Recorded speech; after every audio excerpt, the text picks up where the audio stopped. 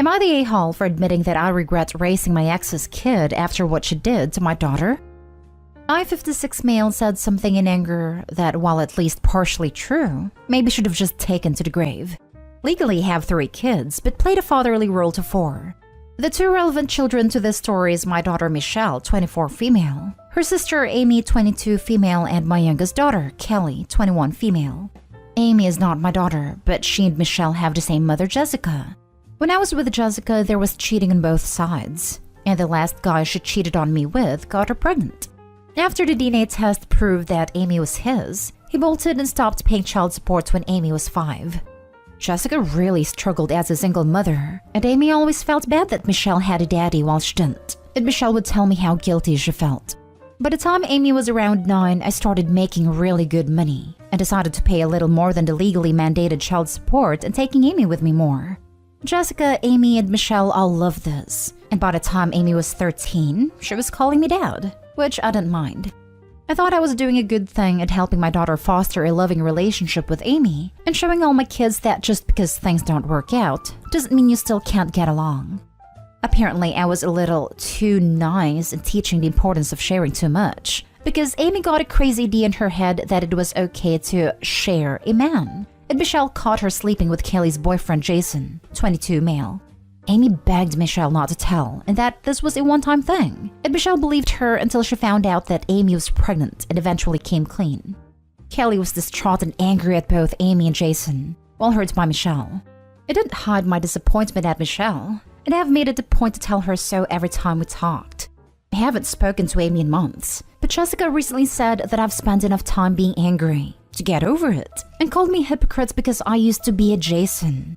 I have no delusions about being the perfect partner in my past, but cheating with family members is not one of my sins. About a week ago, Amy came to my house crying and saying that while she knows she messed up, she really needs my support.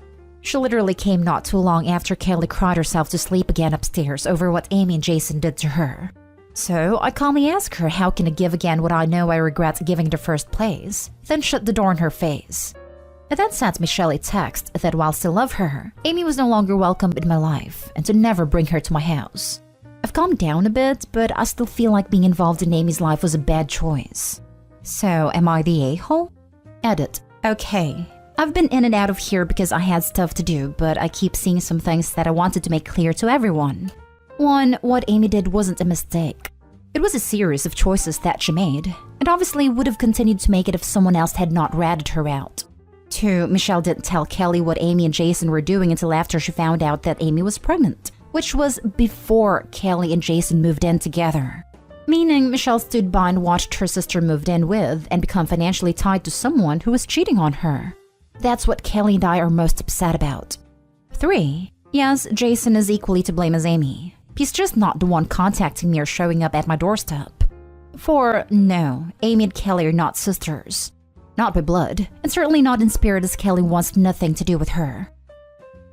Now for the top comments.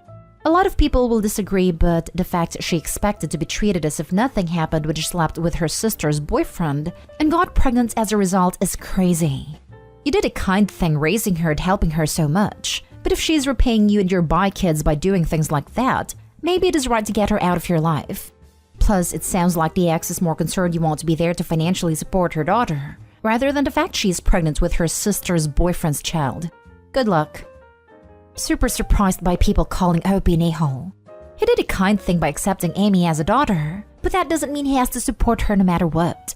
Even bi kids can be cut out if they do something egregious like this. Opie's statement was purposefully hurtful, but not unwarranted. I think it's not about him wanting to cut ties/support Amy at all costs, but specifically the AITA is about regretting being involved in Amy's life. And he's done a wonderful thing there that he shouldn't regret, even though Amy has turned into an a-hole. Not the a-hole. When are people going to learn that recreational intimate activity with a family member's partner is a great way to completely burn down their lives? Never, evidently. People won't be forgiving and forgetting that one. And then the guilty one inevitably waves a baby in everyone's faces? Nice try, but no, thank you. You made the situation, now be an adult and deal with it without crocodile tears. I've seen so many people in the sub tell parents who have biological children in this situation that they're doing the wrong thing when they treat the sibling who cheated the same, and expect the sibling who was cheated on to suck it up and forgive them.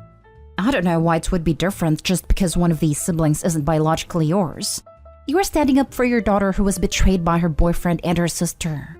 You're telling her sister that you don't support her and that you're disappointed in her.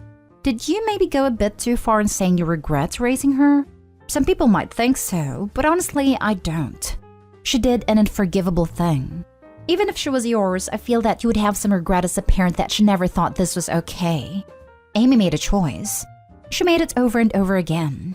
Did she know all of the consequences of her choice? Probably not.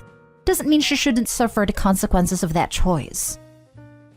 Next story. Am I the a-hole for forcing my daughter to find her own way to a wedding because of what she was wearing? My wife and I have 3 daughters, 19, 24, and 28. Our youngest, Jill, just started community college this year, while our 2 oldest have moved away to start their careers. Jill still lives with my wife and I as she is attending college locally, and this saves her money. This past weekend, we were invited to my niece's and goddaughter's wedding a couple hours away. The dress code was semi-formal, so men were expected to wear suits and women in dresses. As we were getting ready to leave, Jill was taking her sweet time getting ready, and I was kind of nagging at her to get going. She had been out late the night before with friends, and I'm sure she was feeling the effects of that. When she was finally ready to go, she was wearing some kind of black, spaghetti strap halter top thing with leggings. I told her that was not an appropriate outfit for her cousin's wedding, and that she needs to change into something else. She told me she doesn't have anything else to wear, and that I don't get to police what she's wearing. I told her that judging by the amount of dirty clothes on her floor and in her closet, she clearly has other options. She just didn't plan ahead enough to figure something out. I told her it was disrespectful to her cousin, the bride, to wear something too revealing and tacky to their wedding. Jill called me a jerk and said no one is going to care what she's wearing, and that if people focus on her clothes more than the bride, that's their problem, not hers. I told her in that case, how she's getting to the wedding is her problem, not mine. She asked what that meant, and I told her that if that's what she wants to wear, she's going to have to find her own way to the wedding, because I'm not going to arrive with my daughter looking like she's about to hit a club at 2 a.m. instead of attend her cousin's wedding. My wife chimed in at this point and told us both to calm down. She told me I was being overbearing, but also told Jill that she did not agree with her choice of attire either and reminded her this is a semi-formal event. She told Jill she would help her find a different option that would be better suited for this. Jill scoffed at that and went to her room and closed the door. I went and knocked and told her she has 15 minutes to be ready or we are leaving without her. She yelled at me that I was being an a-hole, so I went outside to wait, and after 20 minutes I went inside and Jill was still in her room. I told my wife that I'm leaving and she can either come with me now or her and Jill can figure out their own plans. My wife asked what Jill is supposed to do, and I said she can take an Uber for all I care at this point. My wife reluctantly left with me, and I could tell she felt guilty about the whole thing. Jill ended up not coming to the wedding, and both her and my wife blame me for it. I don't think I was the a-hole here, though. You're exactly right. Leggings and a halter top are not appropriate to wear at a wedding that is set to semi-formal attire. It shows disrespect to the bride, and it's embarrassing for you as well.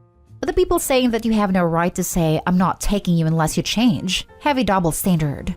They want to say that Jill is an adult and can wear what she wants / make her own choices, but they still don't believe that Jill should face the consequences of her own choices, and also take on that adult responsibility of having to figure out how to get to an event. Precisely. At 19, I fully understood the difference between semi-formal and not. There's no way I'd have showed up in anything other than a decent dress, no matter how crappy it felt. Jill still lives at home, so even as a legal adult, if she's relying on her parents for a ride, they have every right to say, "Not going in my car dressed like that." I've heard of friends even doing that if a group is carpooling to an event and someone is dressed way out of line.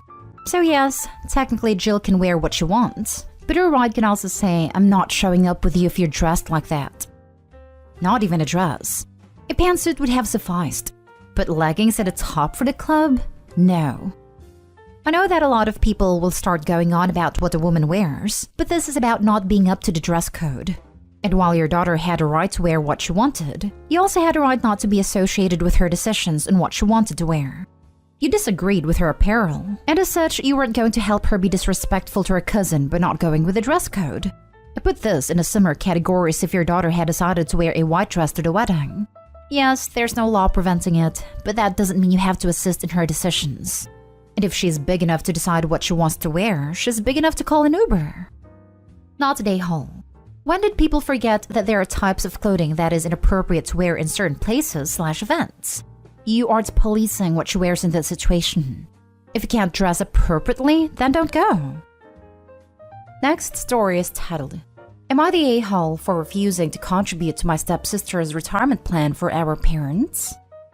My stepsister approached me and our other siblings with a proposal for a retirement plan to help our parents retire, since on the outside, their prospects of retiring comfortably are non-existent. Essentially, she wants us to collectively contribute £3,000 each month starting now and for the rest of our parents' lifetime. The money would be kept in an account in her name only, and only be given to them once my stepdad retires fully. She calculated our contributions based on what she thinks is our total household income. Currently, she would contribute £350, her bi-sister £550, my bi-sister £850, and me £1,250. I said no for a few reasons, but I did disclose these reasons to them. The first being my sister and I have always helped my mom financially, and by extension my stepdad, since we both had our first jobs. My sister and I have a joint account which we contribute to monthly. The money's our mom's, and she has full access to it and can spend it however she likes. My stepdad doesn't know about the accounts as he has a habit of just giving money away when he has it. The second, our parents had a religious marriage. It never registered it with the government, so they're not technically legally married. If my stepdad passes away before my mom, the money will most likely go to my stepsisters because my stepdad isn't the type to write a will. So, I think that's unfair, since both me and my sister are being expected to contribute the majority of the £3,000. The third, I don't trust this stepsister. She asks our parents for money constantly, and is partially the reason why their savings are non-existent. Lastly, I think it was a bit presumptuous of her to decide how much we would all contribute, and it rubbed me the wrong way. Especially since I'm a stay-at-home mom currently, so she's essentially just assuming my husband is going to pay on my behalf. After I said no, both my stepsisters flipped on me.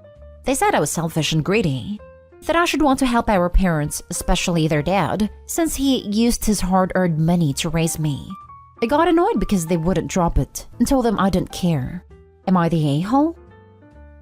Now for the top comments. The money would be kept in an account in her name only. This was enough, but it only got worse from there. Don't give her a penny. That alone was why I said not the a-hole too. It was a bit presumptuous of her to decide how much we would all contribute, and it rubbed me the wrong way. Yes, it's one thing to suggest caring for your parents, another entirely to go, so you'll pay around £1,000 more a month than me, yeah? This is 50 shades of sketchy. Since stepsister is proposing that she be the only one with access to the account, you would think she could at least be smart enough to lie and they'll all contribute the same amount. Currently, she would contribute £350. Her bi-sister £550, my bi-sister £850, and me £1,250. So the mooch sister wants to create a fund for the parents, giving her sole authority to manage the money? I think she's either lying to you or lying to herself, and she wants more cash for herself. Why on earth would she administer this fund? She's the least significant contributor by her own plan. Not the a-hole. How generous of her with her siblings' money. How does she explain her having sole control while contributing the least? Whatever you do, don't do this. Now for the last story. Am I the a-hole for telling my mom I won't take care of her once she's too ill to care for herself? I, female 19, am the youngest of 5. I have 4 older brothers, 21, 22, 25, and 28. Just to give some background, my mom has always loved being a boy mom. She dotes on them and made it very, very clear she never wanted to and didn't like having a daughter. She never liked me, and I accepted that long time ago. And her behavior towards me worsened when my dad left her. When I turned 16, her gift to me was a list of jobs I can apply to pay for my expenses, even though my dad was giving her child support. Then at 17, she kicked me out because I wasn't willing to pay more than $400 rent, while my brothers didn't even work. So she asked to meet me for lunch last weekend and told me she is sick. She has been in and out of the hospital the last few months before she found out she's sick, and looking at 12 to 18 months before she'll be too weak/ill to care for herself. She asked that when the time came if I'd be willing to be her caretaker, as she didn't want men, aka my brothers, to take care of her in that state and didn't want a stranger to do it either. Here's where I'm questioning if I'm the a-hole. I told her no, I won't care for her and she should start looking for someone she knows who'd be willing to because I'm not. This past week, I've been receiving nasty messages from everyone from my mom's Facebook because she posted about me not caring about her. They've called me unsympathetic, selfish, mean-spirited, and caring, etc. My brothers have also been mad at me, and now I feel like an a-hole and I want to know if I am. Not the a-hole. You don't owe her anything. She has 4 children she has invested in. You aren't one of them. She can have a return on her investment through her precious boys. Deactivate Facebook, change your number if you have to, focus on your success and survival because if you don't, no one else will. Or tag this post in every Facebook comment and post mom makes. Let them judge based on her treatment of you, and how she now wants you to give up your life to take care of her when she charged you rent from 16 and kicked you out at 17. Not stay home big time, she doesn't deserve any help from you. Air the dirty laundry. See how sympathetic people are after they see how she treated you. I'm so sorry you have such a terrible mom. I'm going to be quite honest. My mom's friends who witnessed how she treated me firsthand, they didn't care then. I doubt they will now. I'm sure her Facebook friends knows too. She never posted me or about me. They can't not know she disliked me. Sounds like her Facebook friends would be the perfect people she can ask to be her caregiver. If they think it's so awful of you, they can step right up. Edit. I want to clarify I do not live with my mom and haven't for over 2 years now. When she put me out, I never went back. My dad is involved in my life, but I keep him at a distance because I'm still going through stuff, which I'm going to therapy for, and partly blame him for never sticking up for me because he knew how she treated me. But he is here for me and I have friends and family on my dad's side who's supporting me. And I've been going through the comments and reading DMs bawling my eyes out. Y'all are so nice, and I want to thank all of you for your kind words. It means so much. I'll give you all virtual hugs because you guys really made my night. Thank you.